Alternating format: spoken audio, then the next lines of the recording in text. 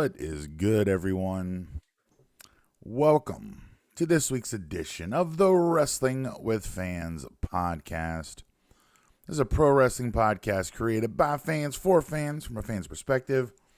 My name is Kyle, and I'm back on YouTube. Happy New Year, everyone. Welcome to 2022. We got a brand new year. I'm happy to be back. Took a few weeks off over the Christmas holiday that I wasn't originally planning to do, but I ended up deciding just to take a couple weeks off to get set for the new year. As you can see, for those watching on the YouTubes, I'm in a brand new space. So if you've been paying attention to the show lately, you know that just got a new house, moved in about a month ago. So I have our third bedroom is our office. So I've been allowed to set this up how I choose. So I've got my monitor set up. What's up, Salme? Welcome to the live stream. But yeah, I'm just kind of getting everything squared away in here. You can see I've got a drill and stuff over my shoulder over here. I don't have any real backdrops up yet. I don't have a lot of lights up just yet. But all that stuff's coming soon. I've got some stuff to work on throughout the first couple weeks of the new year. But I just felt like this week, instead of just doing an audio show, I needed to come back to YouTube and live stream. What's up, Power Gaming? Just Eli is back. It has been a while. I have kind of been off the reservation for a minute. What happened to the old background, Salme? I'm in a new house. I'm not in my old house. The wifey and I were fortunate enough to get our own home, and we moved in at the beginning of December. So this is my new space. See if I can give you a little tour of the room here. As you can see, I now have two giant monitors, two 27-inch monitors. PC is still the same over here. Got my lights. But as you can see behind me there, that's got a little table, another chair. Most of the stuff that was in the room is down here in these boxes. And then all the figs and stuff is in that closet. So it's all going to get set up soon. It's all going to be back soon. So don't worry. But before I got around to getting all that stuff done, I at least wanted to get back on the platform of YouTube. Super happy to be back here on YouTube. I hope everything sounds just as good. Hopefully your video is just as good as it was before. Someone says 2021 was a mixed year for WWE. I agree. I had originally planned to do a nice long year in review, but to be perfectly honest, I fell out of love for wrestling for quite a long time. And after moving, we do not have cable, so we didn't get cable. So I'm kind of watching on the Peacock Network or watching clips on YouTube and listening to podcasts. So I haven't really been watching or paying that close of attention until last night. Did watch WWE Day 1, and I love the show. Power Game says, we miss you, man. Good that you're back. Appreciate it. I missed you guys, too. Glad you all were able to join me. Again, I just kind of threw this together earlier this weekend, like yesterday. I was like, you know what? I think I'm going to stream. I was originally going to stream before Day 1. But I decided, you know what, I'm just going to stream on Sunday, and I'm going to stream my review of WWE Day 1 and make that this week's podcast. Starting off fresh. And I'm seeing some drop frames, so I'm going to have to adjust the settings as I go back here on YouTube. Again, like I said, new house, everything's set up a little bit different. I originally did this setup a couple weeks ago because Jen works from home half the time. So I pretty much just threw the computer and the monitors up. Just so she could work from home, and in the last couple of days, I've finally gotten in here and started to do a few things. So it'll be back to I don't want to say normal, but it'll look more like what you all have been used to seeing from Wrestling with Fans here in the very near future. Now, Salme says, I lost interest in WWE and wrestling in general because, well, 2021. Yes, 2021 was an interesting year, and it ended on one of the worst notes possible. We lost an American icon, Betty White, on New Year's Eve. And that just blew my mind because she was almost to 100. She would have turned 100 on January 17th. But she didn't quite make it. So I'm hoping that with Betty White, it's passing, that kind of kills the vibe of 2021. Like her sacrifice will mean 2022 will be a better year for all of us. At least that's my hope. I'm crossing my fingers. But let's dive back into some of this other stuff here real quick.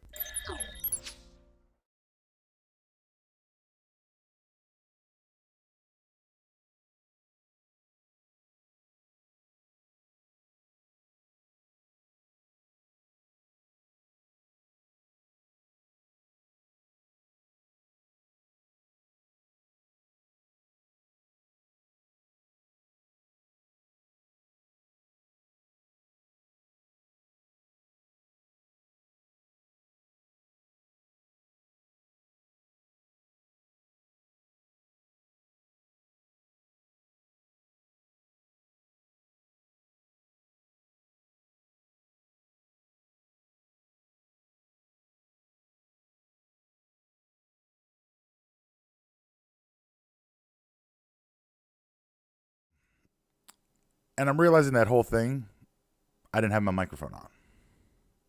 That just goes to show how out of the game I am.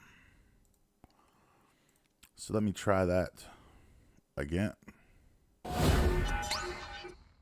There, you all already heard the thing, so I'm just going to put it back up on the live stream. But for the audio listeners, Facebook.com, YouTube.com, Wrestling with Fans, Instagram at Wrestling with Fans, WrestlingWithFans.com. Get us wherever each podcast fix. Just search Wrestling with Fans Podcast. And the email is WWFshow at gmail.com. So I want to try something here real quick. Because let's see what that does. Something went wrong. Okay. If 2021 were a wrestler, who would it be? Who indeed? That is a great question.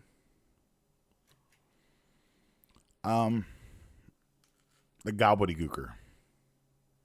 That would be, and if you're not sure who that is, go and take the opportunity to look that up.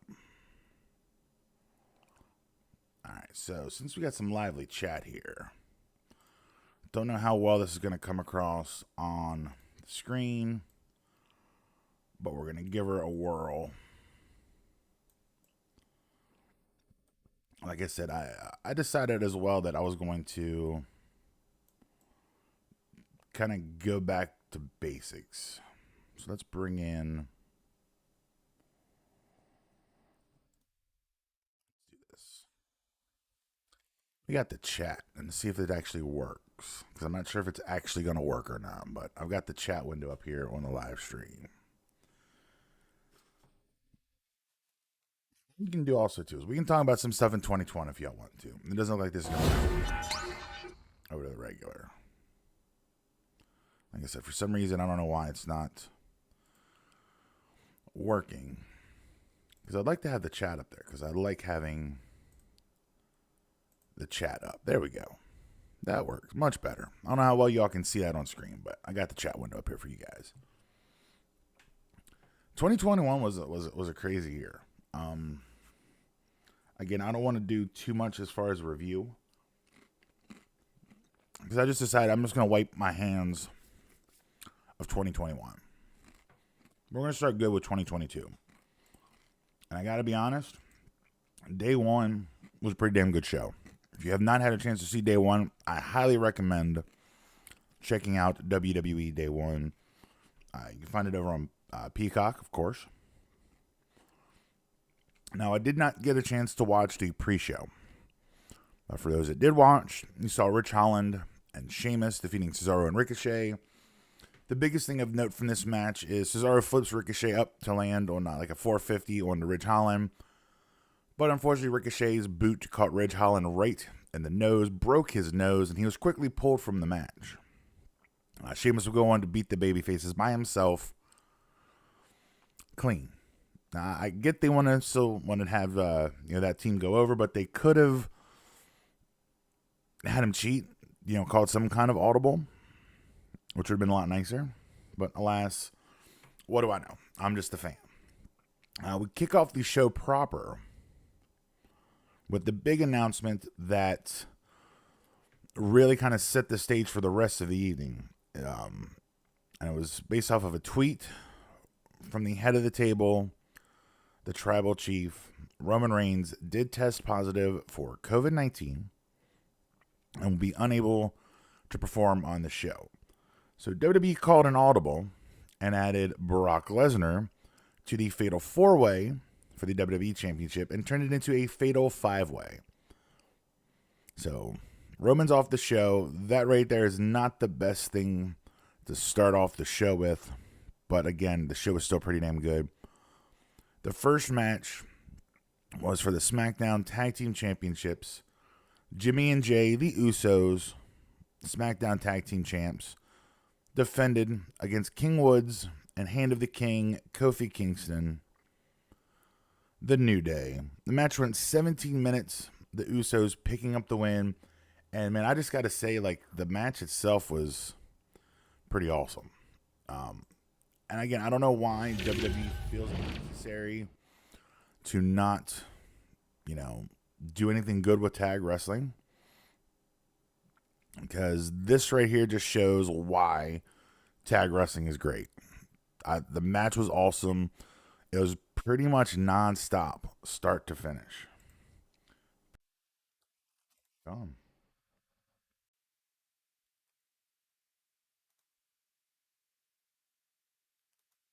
So hopefully, all right, there we go. I apologize for that. I thought maybe turning my VPN off would help with some of the drop frames, but apparently not. Apparently it made it just a little bit worse. So sorry about that, folks. Yeah, this should just show that tag team wrestling can be great. WWE has some of the had great tag teams, so they broke them all up or they left. But again, Usos winning just over 17 minutes. Great fast paced opener to start the show. Then we go to me, which is probably the low point of the night. Drew McIntyre and Madcap Moss. This match goes almost 10 minutes. Drew McIntyre picking up the win in 9 minutes and 50 seconds. Oddly enough, this match went longer than the Fatal 5-Way in the main event.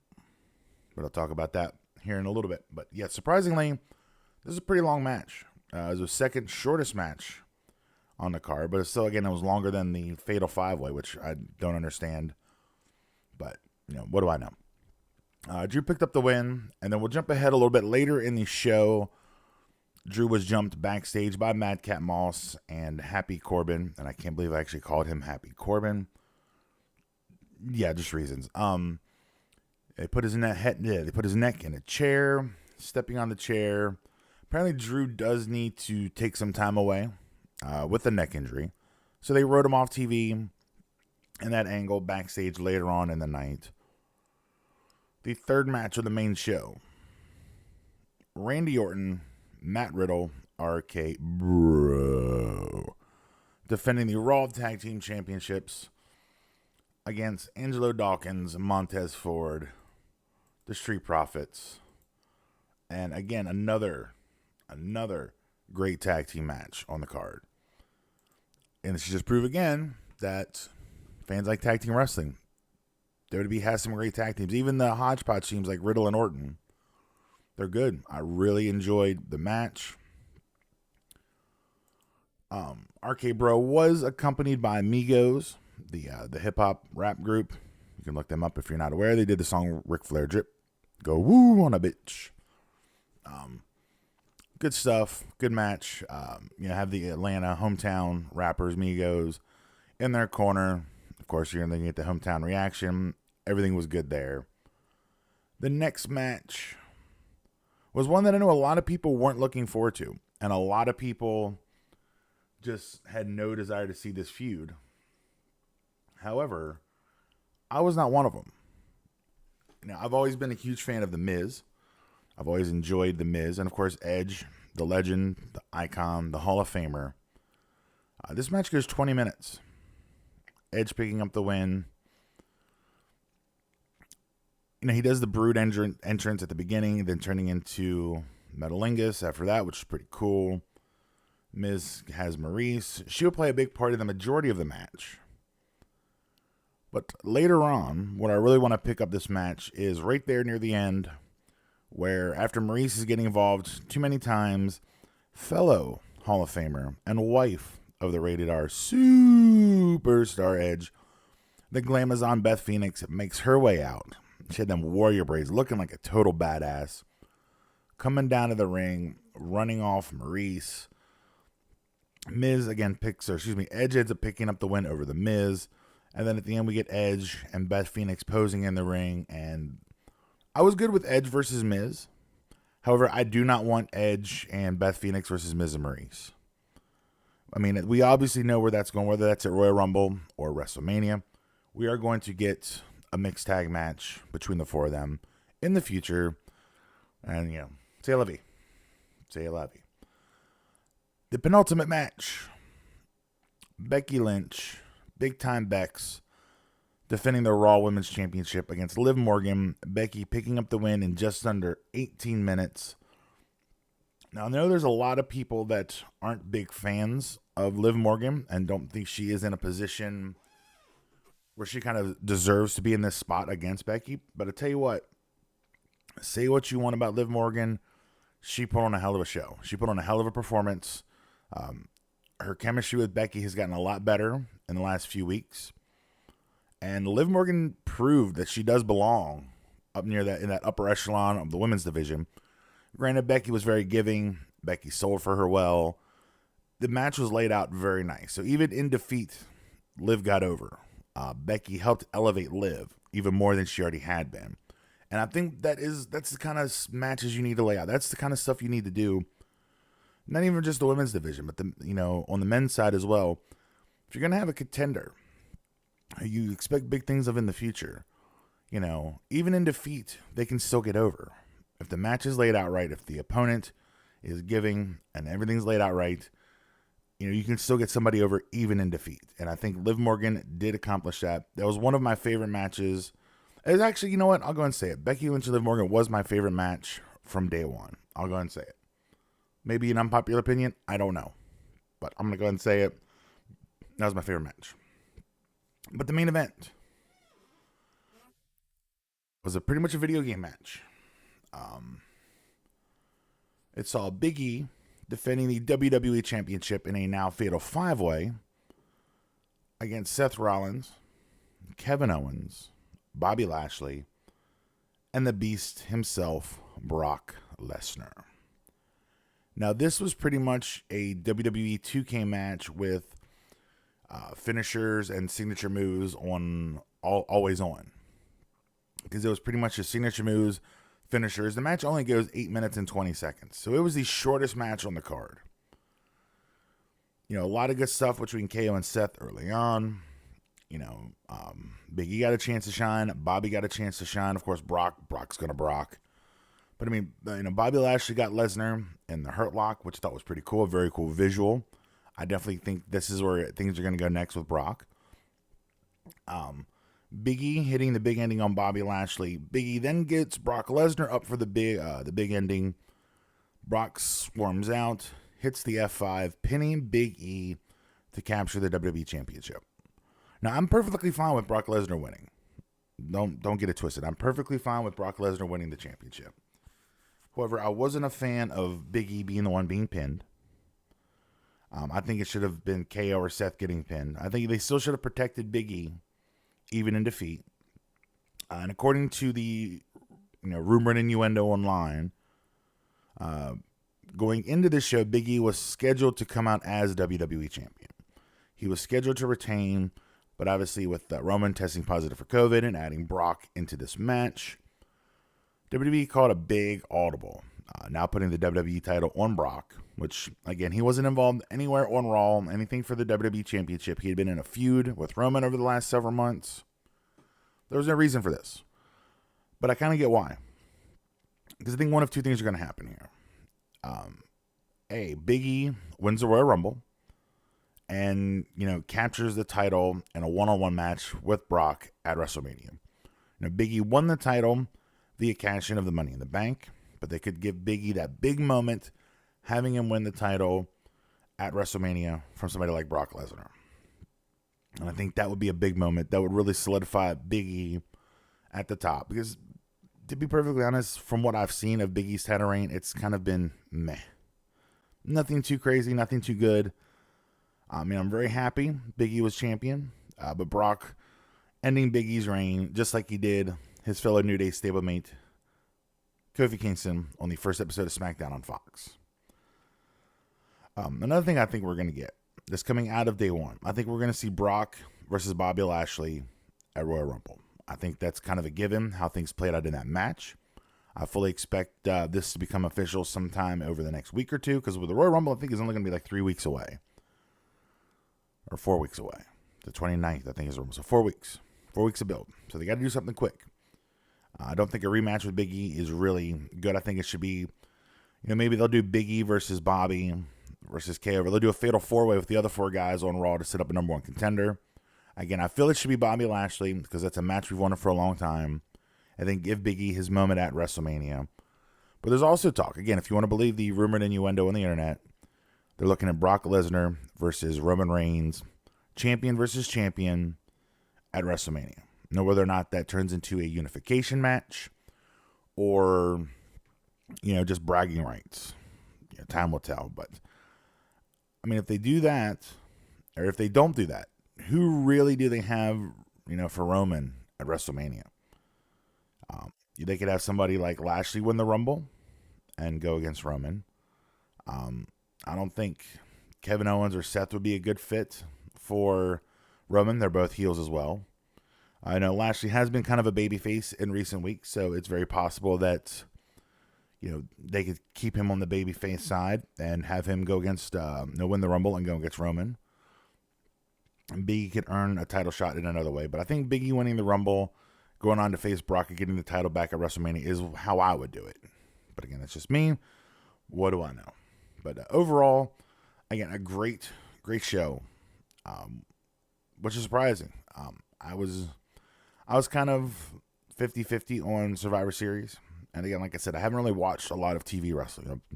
Listen to podcasts, try to catch up with some stuff on Peacock, watch clips on YouTube. December was kind of slow. Usually we get, like Armageddon or some kind of December pay-per-view. But, we had to wait for day one. Now, a couple of things that I haven't had a chance to talk about, which I think would be pretty interesting here. So, from what I understand, WWE is trying to make this day one event an annual event. They just happen to luck out that, New Year's Day is on a Saturday. Next year, January 2023, New Year's Day is on a Sunday. However, the following year, 2024, so 2 years from now, if they continue to do this day one show, it would be on a Monday night. Would they replace Raw? Would Raw get preempted for a night? Would they run Raw earlier and then a pay-per-view after? I don't really see how they could, pull that off. And then January 2025, after the leap year the year before, New Year's Day is on a Wednesday. And then it's on a Thursday. And not till January 2027 do we get kind of a weekend where it'd be a Friday show. So I don't know how they're going to pull it off over the next few years if, you want to believe that they're going to make this an annual event. But again, I enjoy the show. If I'd have to give it a letter grade, so I'm going to start letter grading things. And I'm not going to do the matches just yet, but I'm going to start implementing that into everything as well. I'm going to keep record of all that stuff. I will give this show a solid B+. Solid B+. Maybe an A-, but I'm gonna give it a solid B+. We're gonna start the year off good. As far as matches, the opener, Jay and Jimmy Uso versus Woods and Kingston. I give it a B-. I think overall it's a B- match.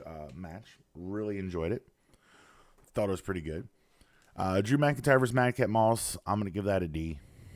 To be perfectly honest, I could care less about any of that stuff.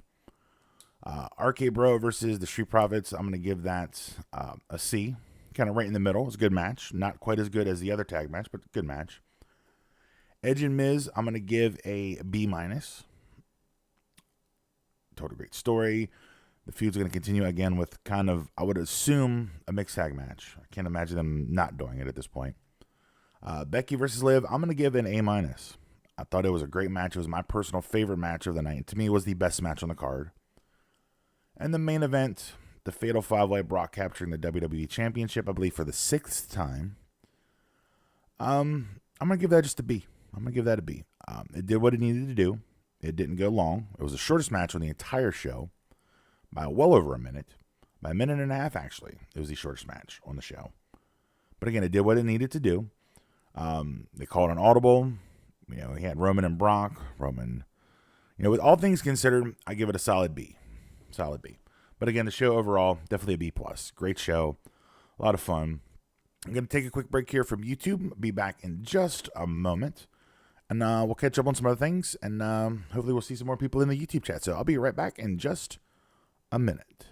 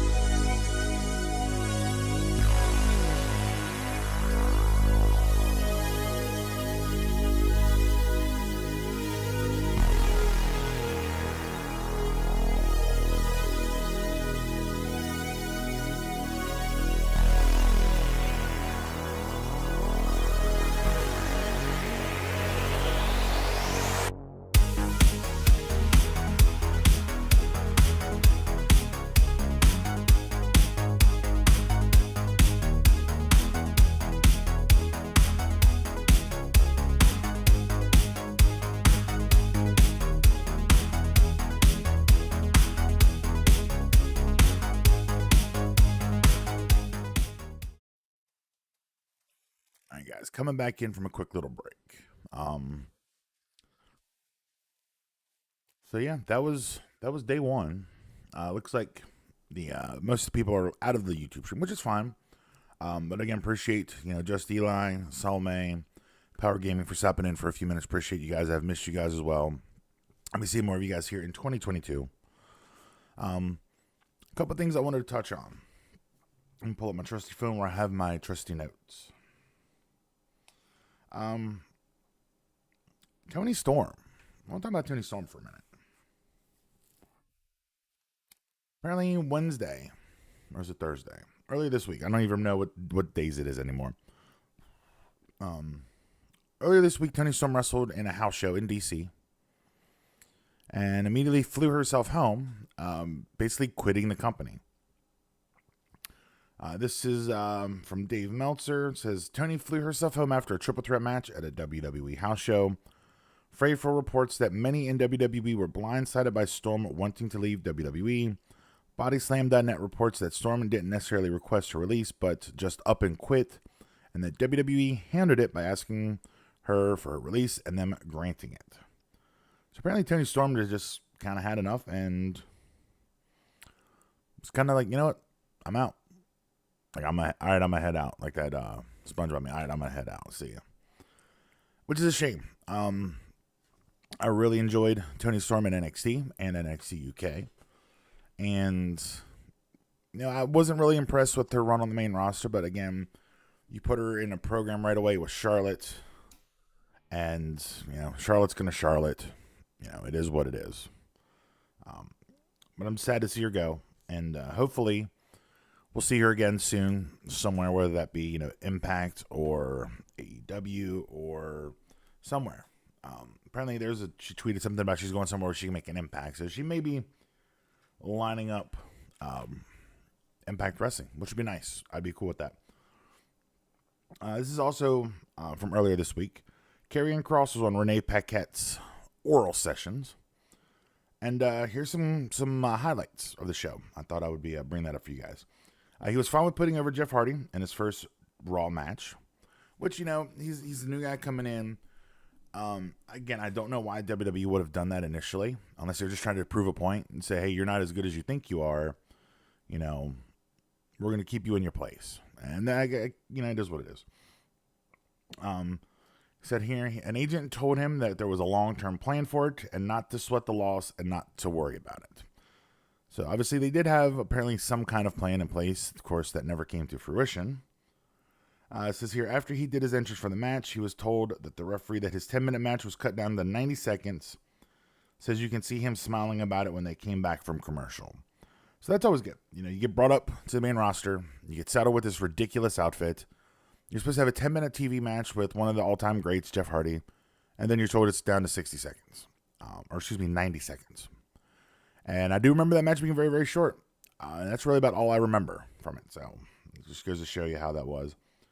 It says when he got back to NXT, he expressed his worries of being dug deep in a hole that he wouldn't be able to get out of and was worried about getting fired. He said he felt like things were all 4 months before he was fired, but was reassured that there was no problems. When shown his main roster outfit, he and Scarlett laughed, and Kross says he told his wife he's fine with it, but it wouldn't get over. Both Kross and Scarlett were aware of what they were signing up for when they signed with WWE. Both reiterate that they're grateful for WWE giving them the opportunity and the chance, and were also relieved that they were at least released together. So just some highlights from that show. If you want to go check that out, you can check out that interview from Renee Paquette, Oral Sessions.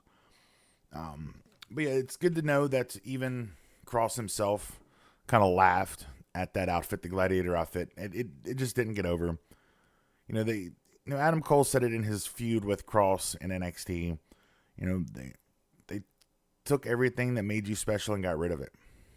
The smoke show, the entrance, the music, the smoke, Scarlett, all that stuff. That helped. That was the total package with Karrion Kross. And they took everything away from him, and we see where that got him.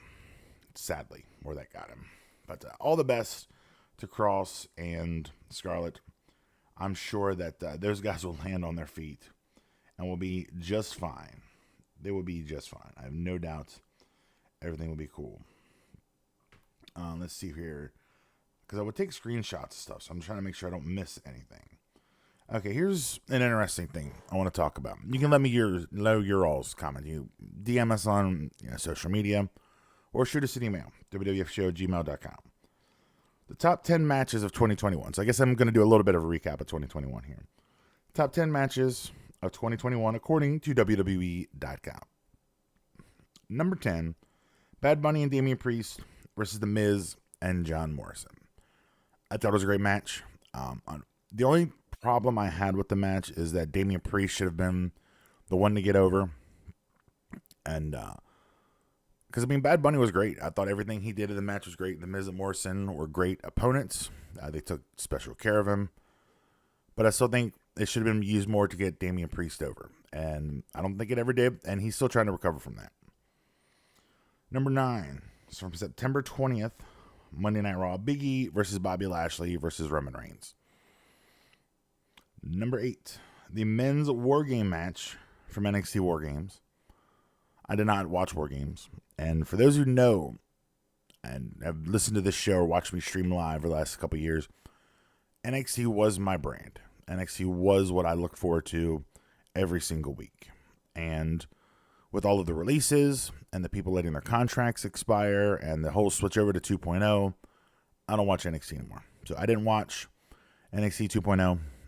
I know it was the black and gold guys versus the 2.0 guys.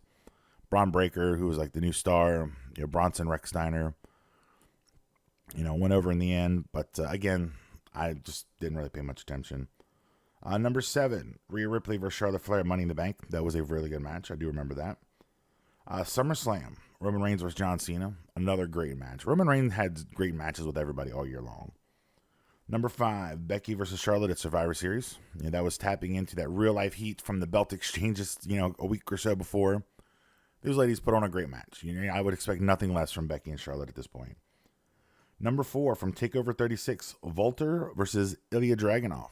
Dragunov getting some revenge of picking up the NXT UK title, which has led many to speculate that Walter could be on his way to the States full-time, whether that be NXT proper or call up to the main roster. But either way, Walter is awesome. Ilya Dragunov is awesome. Their first match was amazing. If you haven't checked that out, I highly recommend that as well. Number 3, Roman Reigns versus Edge versus Daniel Bryan from WrestleMania Night 2. And yes, I did praise this back at the time. It was a great match. Really a big fan of it.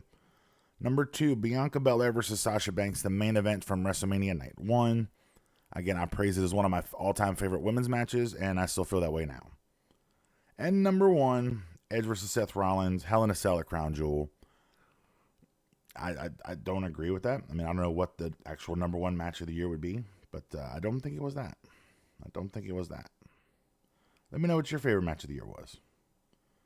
Curious to know what you all think. And let's see, the last thing I have here. So this is a list of some of the top signings AEW did in 2021. And this is, you could have your own. This is a wrestling promotion unto itself with just these signings. Lee Johnson, Red Velvet, Thunder Rosa, 2.0, Andrade El Idolo, Christian Cage, Captain Shawn Dean, Paul White, Mark Henry, Ethan Page, Malachi Black, Jamie Hayter, Ruby Soho, Fuego del Sol, the Varsity Blondes, Layla Hirsch, CM Punk, Adam Cole, Bebe, Bryan Danielson, Bobby Fish, Leo Rush, Lee Moriarty, Jay Lethal, Daniel Garcia, Tony Nese, Hook, Kyle O'Reilly, and Mercedes Martinez. That list is that's a legit promotion. You could have those guys and girls, and that's a legit promotion. And that was just the signings of AEW. So I'm really curious to see what this means for AEW going forward.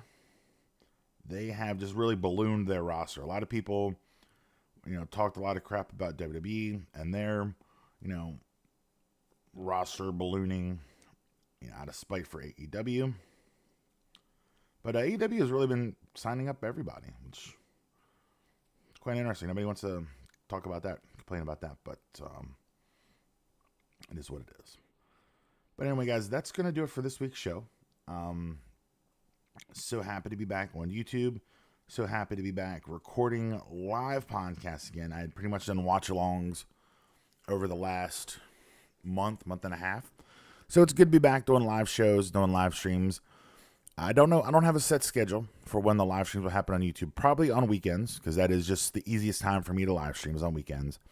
Maybe here and there I might do a random stream during the week. More than likely, most of these things will take place on the weekends. Then you can always catch the audio shows. Or if I do a separate live stream, the audio shows will come out on Mondays. But again, for the live chat, thank you to Just Eli, Salme, and Power Gaming for hopping in for a little bit and chatting with me at the start of the show. One last time, for those who may have missed it at the top of the program, Facebook.com/Wrestling with Fans. YouTube.com/Wrestling with Fans. Instagram @Wrestling with Fans.